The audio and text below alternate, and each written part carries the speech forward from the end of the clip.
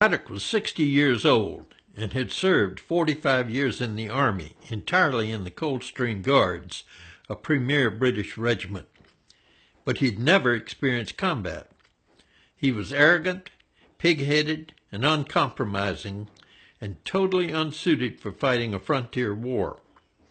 He thought the European style of engagement was the only way to make war. March in column to the site of engagement, deploy in lines, and fire at each other until a clear indication of victory was evident. He would not countenance any of his troops fighting in the frontier style, using cover and concealment and ambush as a means of overpowering an enemy. Braddock's two regiments were at low levels of manning, depleted after years of occupation duty, and they were without proper training and preparedness for the wilderness.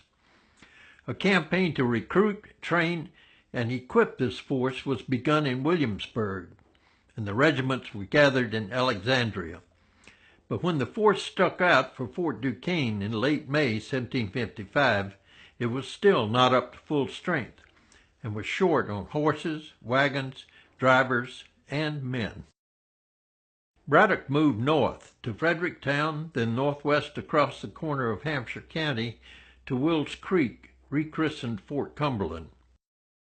After consolidating his forces and resupplying, on June 9th, the 2,200-man force moved on toward the Three Rivers Junction site of Fort Duquesne.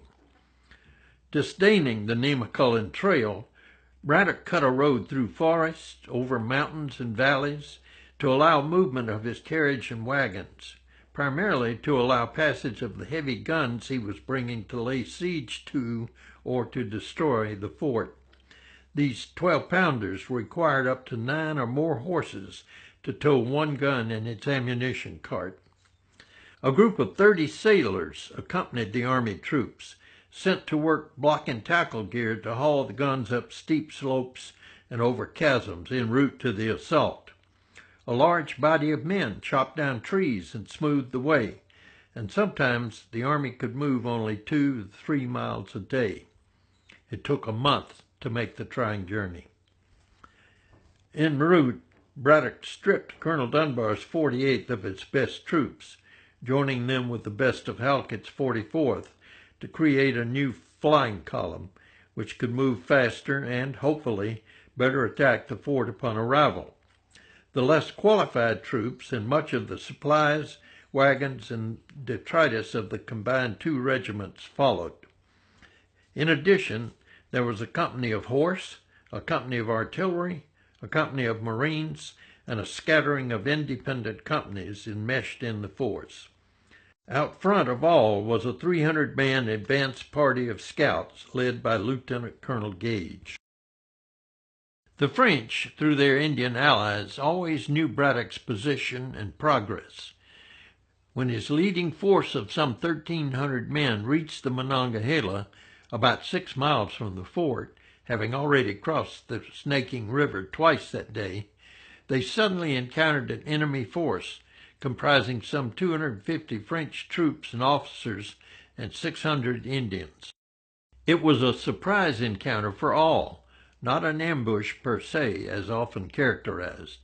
The French and Indians, local Shawnee, Delaware, and Iroquois, and Canadian tribes, Wyandot, Ottawa, and Potawatomi, better adapted to wilderness warfare, were moving on higher ground, and they opened fire on the regiment.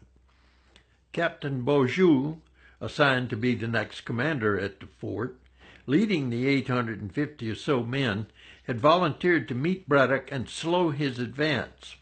The French knew the fort could not stand up to Braddock's heavy guns, and they were in the process of evacuating and destroying the fort. Beaujeu was just a delaying tactic. The regiment got off one good volley at the outset, killing Beaujeu and others, but when the British regulars could not deploy in line as they'd trained to do, confusion ensued. It was July. The weather was hot, muggy, and this was before the days of smokeless powder. When a gun was fired, there was a cloud of smoke.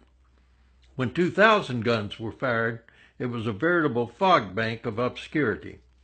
The Brits could not see their enemies. They just knew they were getting cut down. The Indians and French on slightly higher ground had a better view of the conflict, and using Indian tactics of firing, moving, reloading, and popping up to fire from a different site, their fire was devastating.